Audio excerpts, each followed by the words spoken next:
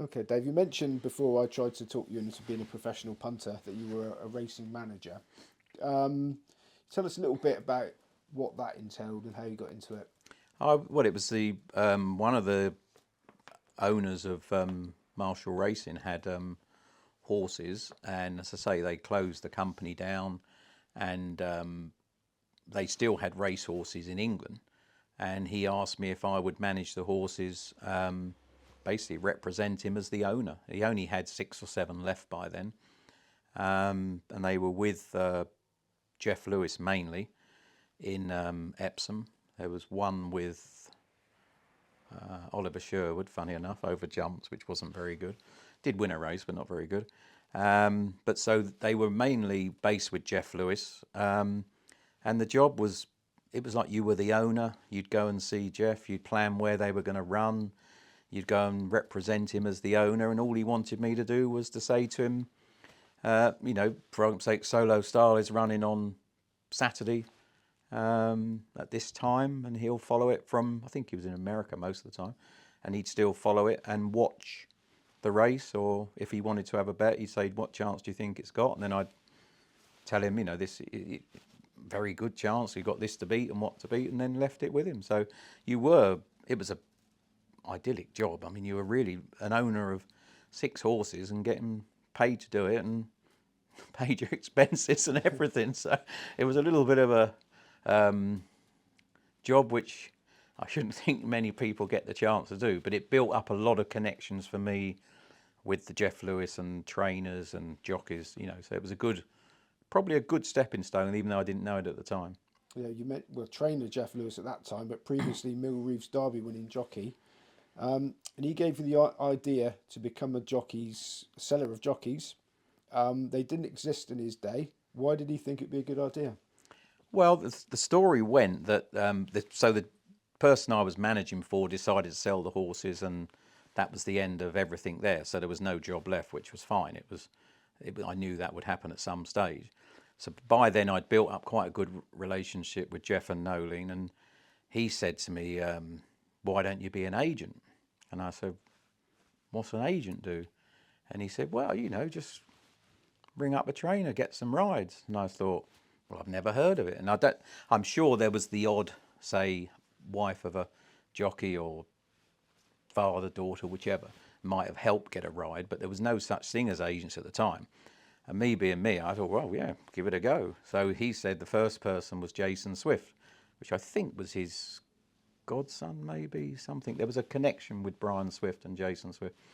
And so I started bringing up and getting rides for Jason Swift, and he was getting rides everywhere because no one was ringing. And if you rung a trainer and said, have you got a jockey for the apprentice race at Doncaster? Oh, who are you ringing for? And then you tended to get rides. And he lived with Dean Gallagher, who then became my first jump jockey.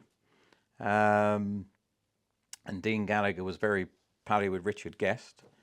And then that was the third jockey. And Richard Guest worked for Toby Balding, and the rest is history. So why do you think it'd never been done before? And what sort of year are we talking about? Well, we'd be talking late 80s. Yeah, late 80s. Solo Star won at Nottingham in 86, 88, yeah, 89, 88, 89. I don't know, is the honest answer. I don't know. I just think it's something no one had thought of. And Geoff was so good to me over the years, and I learnt so much from him, and privileged to be in his company with because obviously I was looking after the horses, so he probably saw me as the owner, but you learn a lot from him, a very wise man. And I think he wanted me to have a job and keep in racing. But I don't honestly know why there wasn't, if that is the truth. Okay, and I don't want to ask you about actual figures and things like that, but I mean, what was the bare bones of it? Did you sort of earn from each riding fee and a bit of prize money, or how did you earn a living from it? From day one, and it never changed from the start till the day I retired, I would charge 10% of whatever they earned on the racecourse. Again, not to do with sponsorship or if there was ever a bonus or an incentive, or retainer fee. There was none of that. It was just 10% straight down the line. And I think most agents have stuck with that over the years. And did you get involved with trying to get them extra like sponsorships and No, like that? never. They might ask my advice. Would you, be sponsored by this person, or we've got two people who want to sponsor us. Would you have a preference? But I wouldn't go looking for the sponsorship. No. Right, and so I was going to ask, did it take a while to build up? But it sounds like it snowballed quite quickly. It it started quite quickly, um, just because there was no one else there. So I think if you were a jockey, so I did do flat jockeys to start with, because again you've got to get going and you're running a new business. So I go right back to Gypsy Mackay, Tyrone Williams, Andrew Tucker, but they were ringing me, I think, just because they thought that, well, if we've got someone else trying, because in those days jockeys still rung for themselves, because I would say using Tyrone Williams, for example, he would get rides. I mean, if there was a 9 race card, he'd have a ride in every race. He must have been on the phone himself as well as me, and between us, we got a lot of rides. And he'd just ring me and say, well, just by the way, I'm on this in the 7:30, so leave that race out, see what you can get in the others. And but I think it was just there was no one else ringing round for rides, and I think you started. I like to think the job, especially as it develops over the years, you were taking a bit of the pressure off the trainers. They got enough to do with the horses to worry about who's going to ride, the horse if they've not got a stable jockey. So I did feel once you built up the rapport with trainers, they trust you a little bit. If you said, well, I've got Tyrone Williams, I've got ABC, they'll probably take one of them. So you were also helping them in their time, where they were putting their time more valuable to them, as opposed to chasing around, trying to get hold of a jockey.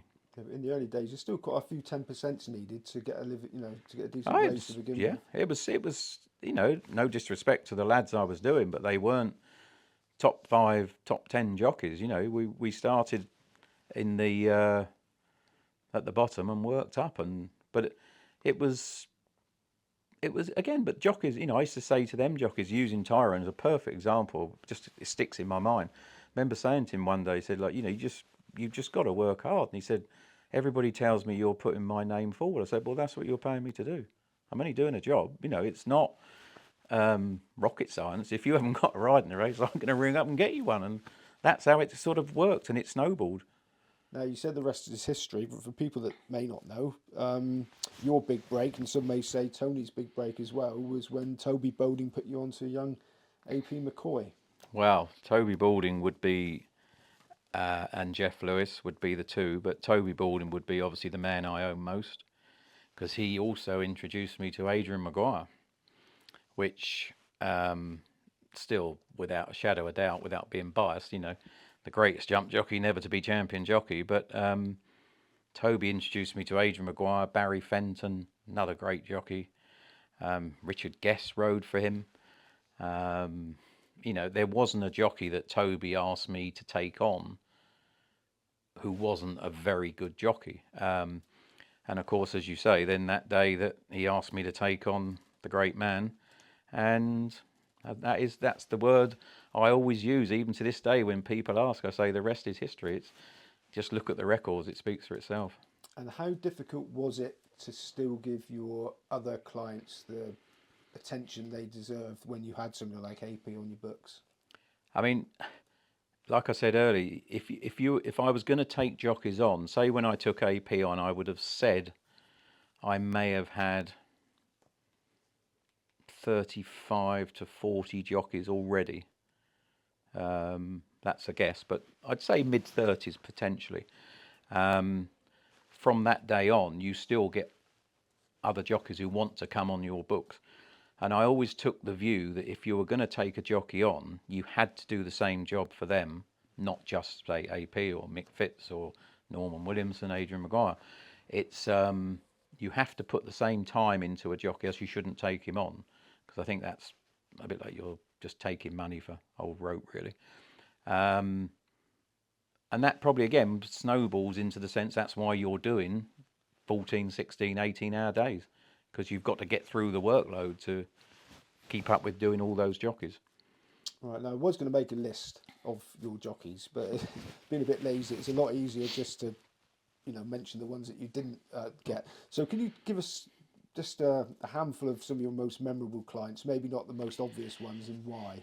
I think I mean, this is going to sound a bit corny maybe, but every jockey really, as I say, because if you take a jockey on, you've got to believe that jockey's going to bring you success. Because the aim of being a salesman of jockeys is if a jockey's doing well, they're easier to sell. If a jockey's struggling, you know, a trainer might think, well, you know, is he riding as well as he was? He's not riding many winners. So obviously, the more winners you can get your jockeys, that brings an easier approach for you, because if you ring a trainer, you know, they're going to say, oh yeah, I saw him ride a winner the other day, we'll use him. So my jockeys are endless. I've been so lucky to deal with what I would consider some of the best jockeys that have ever ridden. From a point of view of not the obvious, like I mentioned, the Richard Guest treble. I mean, I had a lot of pleasure in making young jockeys champion conditional jockeys. That was a real pleasure. But there was also a series called the Hands and Heels series, which was for jockeys who hadn't ridden 10 winners. And that's really back to grassroots, as I would call it. It's a young jockey starting out. They might have ridden one winner, no winners. And we won that 7 years on the bounce. And that would be, that's when you sit back at night and think, you've done a good job there. Yeah, that's worked out well. So there's not particular names because there's so many of them. Someone's asked me before and said, how many jockeys did you do over the years? And I'd be horrified to know, because it's probably, guessing, 400.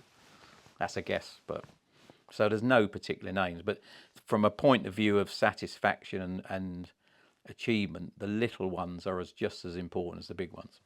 This is something I'm going to just throw at you. It wasn't in the list of questions, but do you think these days it's harder for jockeys? Because I'm just thinking about the minute they get off the horse, there's a microphone in front of their faces these days, and they've got to be able to talk. And you know, was that something that didn't really happen much in your day? And was it something that was ever sort of tutored?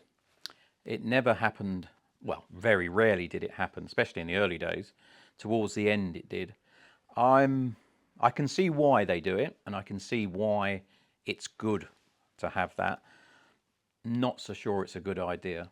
I think that's a lot of pressure on someone to be able. It's great if you win, but sometimes I watch certain people interview jockeys on the beaten horses, and I think, really, you know, if you take my other love, especially the way they're playing at the moment, if you asked 10 Chelsea players the other night when they walked off the pitch at Arsenal, how was that for you? I think you might get a pretty blunt answer. So I think it's quite. I'm not a big fan of that. I think I can see why, but I'm not a big fan. Okay, now at your peak, you had over 50 jockeys on your books, spent 20 hours a day on the phone. Where did you find the time to sort of study the form and stuff? Did you have sort of help? No, I always did it myself. When I used to get up, the first phone call used to be about 7 o'clock in the morning. Some trainers you knew were about fractionally earlier, but not many.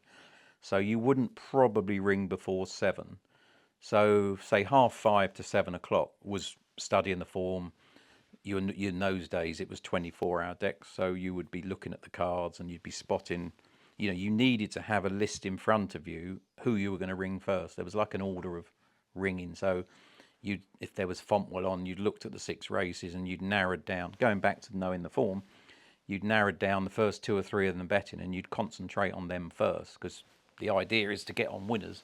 Anybody can get you on a horse, but if it's not going to win, it's not that important. You know, you get them later on. Yeah.